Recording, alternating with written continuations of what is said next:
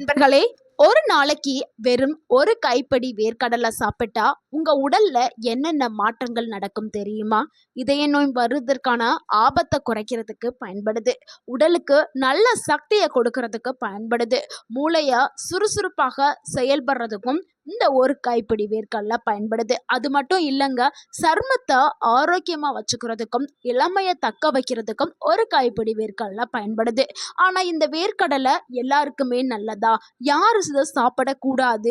யாரெல்லாம் சாப்பிடலாம்? ஒரு நாளைக்கு எவ்வளவு சாப்பிட வேண்டும்? எப்படி சாப்பிட்டால் நல்ல ஒரு ஆரோக்கியமான பலன்கள் கிடைக்கும்? எந்த முறையில் சாப்பிட்றது? எந்த நேரத்தில் எடுத்துக்கிட்டா அதிகமான பலன்கள் கிடைக்கும்?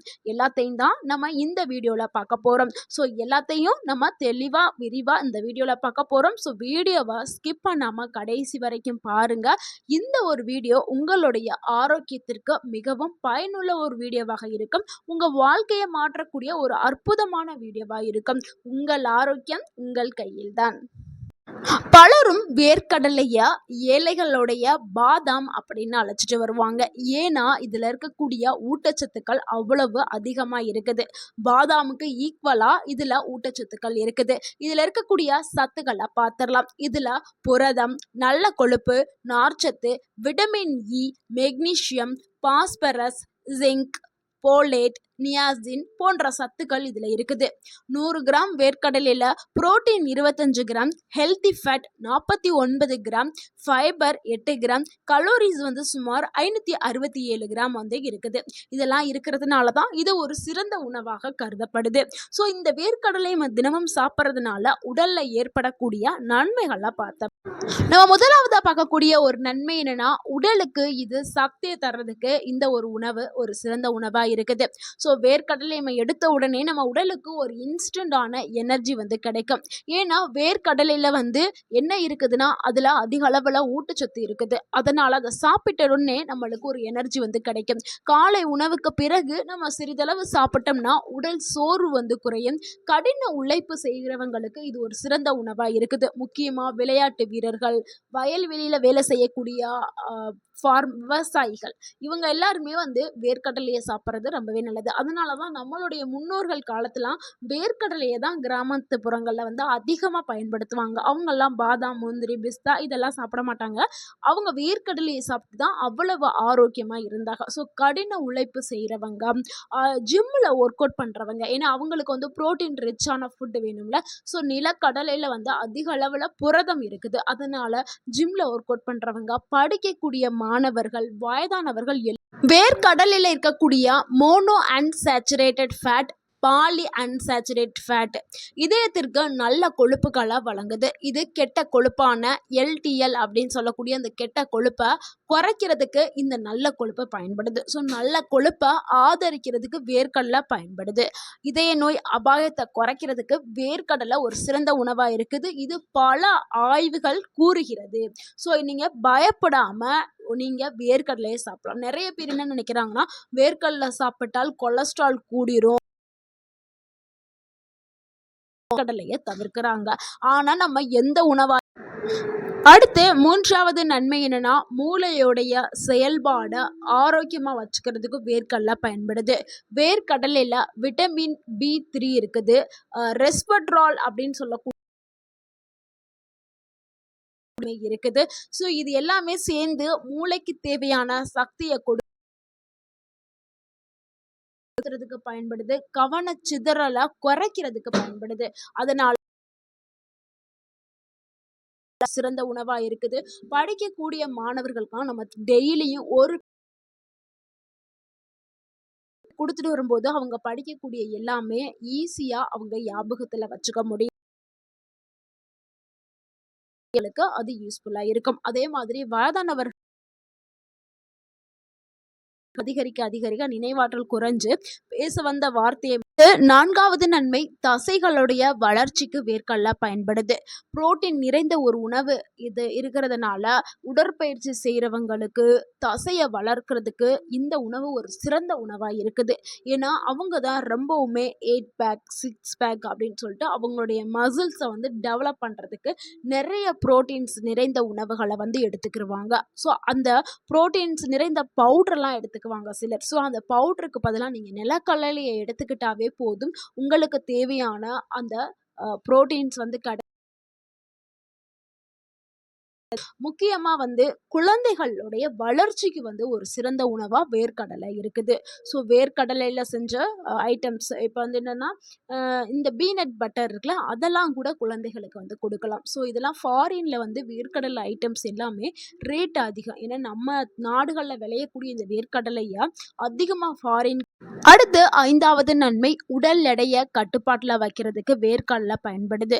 பலரும் என்ன நினைக்கிறாங்கன்னா, வேர்க்கடலை சாப்பிட்ட உடனே உடல் எடை வந்து அதிகரிச்சிரும் அப்படின்னு நினச்சிட்டு இது தவிர்க்கிறாங்க. அது கிடையவே கிடையாதுங்க. நீங்கள் அளவாக சாப்பிட்டீங்கன்னா அது உங்களுடைய உடல் எடையை மேனேஜ் பண்ணுறதுக்கும் கட்டுப்பாட்டில் வைக்கிறதுக்கும் பயன்படுது.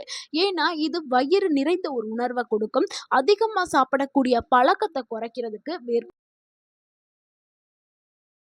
நினைக்கிறவங்க தாராளமாக எடுத்துக்கலாம். ஸோ நீங்க ஒரு கைப்பிடி வேர்க்கடலை எடுத்துக்கிட்டு, அடுத்து 6வது நன்மை என்னன்னா, சருமத்திற்கு இது நல்ல ஒரு ஆரோக்கியத்தை கொடுக்கறதுக்கு பயன்படுது. ஏன்னா வேர்க்கடலையில விட்டமின் இ இருக்குது. ஸோ விட்டமின் இ சருமத்திற்கு பொலிவையும் நல்ல ஒரு கிளியரான ஸ்கின்னையும் ஆரோக்கியமான சருமத்தையும் கொடுக்கறதுக்கு இந்த விட்டமின் இ பயன்படுது. அது மட்டும் இல்லைங்க, வேர்க்கடலையில பயோட்டின் அப்படின்னு சொல்லக்கூடிய ஒரு சத்தம் இருக்குது. அது கூடவே ஹெல்த்தியான ஃபேட்டும் இருக்கு. இது எல்லாமே சேர்ந்து சர்ம செல்களை பாதுகாக்கிறதுக்கு பயன்படுது. சர்ம வறட்சியை போக்குறதுக்கு பயன்படுது. நிறைய பேருக்கு ட்ரை ஸ்கின் இருக்கும், சர்மம் ரொம்பவே வறண்டு போய் இருக்கும். ஸோ அதை நீங்கள் ஈரப்பதத்துடன் மெயின்டைன் பண்ணுறதுக்கு வேர்க்கடலை பயன்படுது. அடுத்து 7வது நன்மை என்னன்னா, தலைமுடிங்க. ஸோ தலைமுடிக்கு நல்ல ஒரு உணவாக வேர்க்கடலை இருக்குது. ஏன்னா வேர்க்கடலையில் புரோட்டீன், பயோட்டின், ஜிங்க் இது எல்லாமே இருக்கிறதுனால முடி வளர்ச்சிக்கு தேவையான எல்லா ஊட்டச்சத்துக்களுமே வேர்க்கடலை கொண்டிருக்குது. ஸோ இது கூடவே நீங்கள் வந்து நல்ல ஆரோக்கியமான பழங்கள், காய்கறிகளை எடுக்கும் பொழுது உங்களுக்கு முடி வளர்ச்சியை ஊக்குவிக்கிறதுக்கு வேர்க்கடலை பயன்படுது. அடுத்து 8வது நன்மை, செரிமானத்தை மேம்படுத்துறதுக்கு வேர்க்கடலை பயன்படுது. வேர்க்கடலையில் அதிக அளவில் வந்து நார்ச்சத்து இருக்கிறதுனால இது மலச்சிக்கலை குறைக்கிறதுக்கு பயன்படுது. குடலை ஆரோக்கியமாக வச்சுக்கிறதுக்கு பயன்படுது. அதனால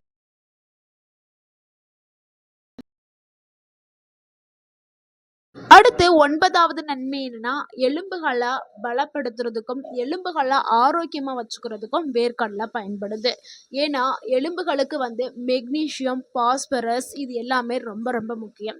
இந்த ரெண்டுமே வந்து வேர்க்கடலையில் இருக்குது. ஸோ எலும்புகள் வந்து பலமாக வச்சுக்கிறதுக்கு சில தாதுகள் முக்கியம். அந்த தாதுக்கள் வந்து இந்த வேர்க்கடலையில் இருக்குது. இது எலும்புகளை வந்து அடுத்து 10வது நன்மை, நீரிழிவு நோயாளிகளுக்கு வேர்க்கடலை ஒரு சிறந்த உணவாக இருக்குது. நிறைய பேருக்கு இங்கே டவுட் இருந்துக்கிட்டே இருக்கும், சர்க்கரை நோய் இருக்கிறவங்க வேர்க்கடலை சாப்பிட்லாமா சாப்பிடக்கூடாதான.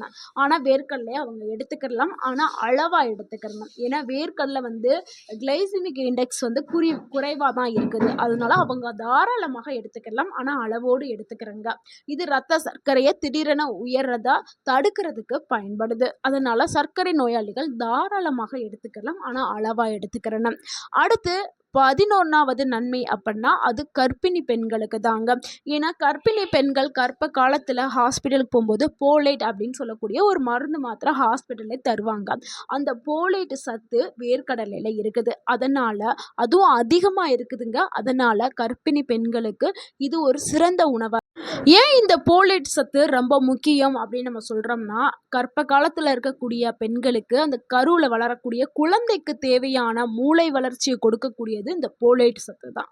அதனால தான் வேர்க்கடலையை சாப்பிட சொல்கிறோம். ஸோ தினமும் கர்ப்பிணி பெண்கள் ஒரு கைப்பிடி வேர்க்கடலையை சாப்பிடுங்க. இல்லைன்னா ஒரு கடலை மிட்டாய், ஒரு பீஸ், ஒரு துண்டு அதை நீங்கள் சாப்பிட்டுட்டு வந்தால் போதும். அடுத்து 12வது நன்மை, நோய் எதிர்ப்பு சக்தியை அதிகப்படுத்துறதுக்கு வேர்க்கடலை பயன்படுது. வேர்க்கடலையில் ஜிங்க், விட்டமின் இ, காப்பர் போன்ற சத்துக்கள் இருக்கிறதுனால இது நோய் எதிர்ப்பு மண்டலத்தை அதிகமாக வலுப்படுத்துறதுக்கு பயன்படுது. நோய் எதிர்ப்பு சக்தியை அதிகரிக்கிறதுக்கு பயன்படுது. இதனால வெளியிலிருந்து வரக்கூடிய பாக்டீரியா, வைரஸ் போன்ற தொற்றுகளை எளிமையாக நம்ம உடலால் எதிர்த்து போராடும் தன்மை உடலுக்கு கிடைக்கும். ஸோ அதனால் வேர்க்கடலை எடுத்துக்கலாம். நிறைய பேர் என்னென்னா ரொம்பவே நோஞ்சானா இருப்பாங்க. அடிக்கடி அவங்களுக்கு உடம்பு முடியாமல் வரும். சளி, இருமல், காய்ச்சல் இதெல்லாம் அடிக்கடி வந்துட்டே இருக்கும். ஸோ அந்த மாதிரி இருக்கக்கூடிய பீப்புள்ஸ்க்கு வந்து வேர்க்கடலை தினமும் கொடுத்துட்டு வந்தீங்கன்னா நல்ல ஒரு ரிசல்ட் வந்து அவங்களுக்கு கிடைக்கும். அடுத்து வந்து அடிக்கடி வரவே செய்யாது. உங்கள் உடம்புல வந்து நோய் எதிர்ப்பு சக்தி அதிகமாயிரும். 13வது நன்மை என்னன்னா, வயதானவர்களுக்கு இது ஒரு சிறந்த உணவா இருக்குது. நம்ம முன்னாடி பார்த்த மாதிரி 60 வயசுக்கு மேல இருக்கிறவங்களுக்கு நம்ம சிறிதளவு வேர்க்கடலையை தினமும், அதாவது ஒரு கைப்பிடி தினமும் அவங்க சாப்பிட்டுட்டு வந்தாங்கன்னா, ஆனால் உப்பு சேர்க்காத வேர்க்கடலையா இருக்கணும், எண்ணெயில் பொரிக்காத வேர்க்கடலையா இருக்கணும், ஒன்று வறுத்த வேர்க்கடலையா இருக்கலாம், இல்லைனா ஒன்று வேக வச்ச வேர்க்கடலையா இருக்கலாம். ஸோ அவங்களுக்கு தேவையான சக்தி, எனர்ஜி, புரோட்டீன்ஸ் இது எல்லாமே அவங்களுக்கு நிவர்த்தி ஆயிரும். ஸோ அவங்களுக்கு தேவையான ஊட்டச்சத்துக்கள் இந்த வேர்க்கடலையிலேருந்து எடுத்துக்கலாம். அதனால் இதை எடுக்கும்போது அவங்களுக்கு பலவிதமான ஆரோக்கிய நன்மைகள் கிடைக்கும். ஸோ கண்டிப்பாக வயதானவர்கள் இதை எடுக்கணும். ஸோ எந்த வகையான வேர்க்கடலை எடுக்கிறது நல்லது அப்படின்னா, நம்ம வேக வச்சு தான் சொன்னோமா, ஒன்று வேக வச்சு எடுத்துக்கிறோங்க, இல்லைன்னா இரவுலையே ஒரு கைப்பிடி வேர்க்கடலை எடுத்து தண்ணியில் ஊற வச்சு காலையில் இந்த ஊறிய வேர்க்கடலையை நீங்கள் சாப்பிடலாம். அப்படி சாப்பிடும்போது எளிமையாக செரிமானம் நடக்கும், மலச்சிக்கல் ப்ராப்ளம் இருக்காது. அதில் இருக்கக்கூடிய ஊட்டச்சத்துக்கள் உடலால் எளிமையாக உறிஞ்சி கொள்ளப்படும். ஸோ இதுதாங்க சரியான முறை. அப்படி சாப்பிடுங்க. இல்லைன்னா வேக வச்சு சாப்பிடுங்க, இல்லைன்னா வறுத்து சாப்பிடுங்க. எண்ணெயில் போட்டது, உப்பு போட்டது இந்த மாதிரிலாம் சாப்பிடாதீங்க. அதை தவிர்க்கணும். ஒரு நாளைக்கு எவ்வளவு அளவு எடுத்துக்கிறணும்னா, நம்ம முன்னாடி சொன்ன மாதிரி ஒரு கைப்பிடி அளவு தான் எடுத்துக்கிறணும். அதாவது அளவுன்னு பார்க்கும்போது 25லேருந்து 30 கிராம் அளவு தாங்க. இது தாங்க சரியான அளவு. இதுக்கு மேலே எடுக்கக்கூடாது. எந்த ஒரு உணவாக இருந்தாலும் அளவோடு சாப்பிட்டால் தான் அது நம்மளுக்கு ஆரோக்கியங்களை கொடுக்கும். அளவுக்கு மீறினால் அது அமிர்தமாக இருந்தாலும் நஞ்சாக்கப்படும். அதை ஞாபகத்தில் வச்சுக்கிறோங்க. நிறைய மக்கள் செய்யக்கூடிய தவறு என்னென்னா, ஒரே நேரத்தில் அதிகமாக சாப்பிடுவாங்க. அப்படி மட்டும் சாப்பிடவே கூடாது. தினமும் எடுத்துக்கிறங்க, ஆனால் அளவாக எடுத்துக்கிறங்க. அப்போ தான் உங்களுக்கு ஆரோக்கியம் கிடைக்கும். நிறைய பேர் என்ன பண்ணுறாங்கன்னா, அதிகமாக சாப்பிட்டால் அதிக பலன் கிடைக்கும்னு நினச்சிட்டு தவறுதலாக எடுக்கிறாங்க. ஸோ அப்படி எடுக்கவே கூடாது. யாரெல்லாம் வேர்க்கடலையை சாப்பிடவே கூடாது அப்படின்னா, கடுமையான சிறுநீரக பிரச்சனை இருக்கிறவங்க, அவங்க வந்து வேர்க்கடலையை தவிர்க்கிறது ரொம்பவே நல்லது. அதுக்கப்புறம் நட்ஸு சாப்பிட்டா அலர்ஜி ஆகும். பாதாம், முந்திரி, கடலை இந்த மாதிரி நட்ஸ் எல்லாம் ஏற்கனவே சாப்பிட்டா அவங்களுக்கு அலர்ஜி வந்துருந்துச்சுன்னா அவங்களும் வேர்க்கடலையை தவிர்க்கிறது ரொம்பவே நல்லது. ஏன்னா வேர்க்கடலை சாப்பிட்டாலும் அவங்களுக்கு அலர்ஜி வரும். ஸோ அந்த மாதிரி இருக்கிறவங்க தவிர்க்கிறது ரொம்ப நல்லது. மற்றபடி எல்லாருமே வேர்க்கடலையை சாப்பிடலாம். நண்பர்களே, வேர்க்கடலைங்கிறது ஒரு சிறந்த ஊட்டச்சத்து நிறைந்த உணவுங்க. நீங்கள் சரியான அளவில் சாப்பிட்டீங்கன்னா இதயம், மூளை, எலும்புகள், தசை, சருமம், செரிமானம் எல்லாத்துக்குமே நல்ல ஒரு ஆரோக்கியத்தை கொடுக்கும். ஸோ நம்ம இப்போ பார்த்த மாதிரி வேர்க்கடலையை சாப்பிடுங்க, ஆரோக்கியமாக இருங்க. இந்த வீடியோ உங்களுக்கு பயனுள்ளதாக இருந்திருந்தால் இந்த வீடியோக்கு ஒரு லைக் பண்ணுங்கள். இந்த வீடியோவை உங்களுடைய ஃப்ரெண்ட்ஸ் அண்ட் ஃபேமிலிக்கு ஷேர் பண்ணுங்கள். மறக்காமல் நம்ம சேனலை சப்ஸ்கிரைப் பண்ணுங்கள், சப்போர்ட் பண்ணுங்கள், கமெண்ட் பண்ணுங்க. தேங்க்யூ ஃபார் வாட்சிங் அண்ட் வாழ்க வளமுடன். உங்கள் ஆரோக்கியம் உங்கள் கையில் தான். நன்றி, வணக்கம்.